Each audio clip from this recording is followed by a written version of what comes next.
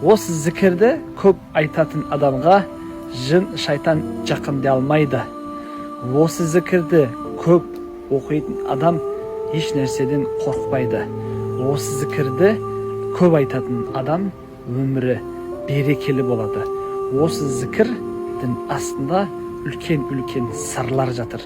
Осы зікірдің мағынасы, қараңыздар, ұлықтардың ұлығы болған Аллах тағаладан басқа ешқандай күш, қуат иесі жоқ. Күш, қуат иесі Аллахым сен ғана, сен ұлықтардың ұлығысың деген мағына. Осы зікірді күніне 100 рет айтуды тырысыңыз. Күніне осы зікірді 100 рет айтып жүрген кісілерге Аллахтың қалауымен ешқандай жын шайтан жолай алмайды.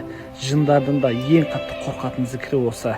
Осы зікірді айтып жүріңіздер.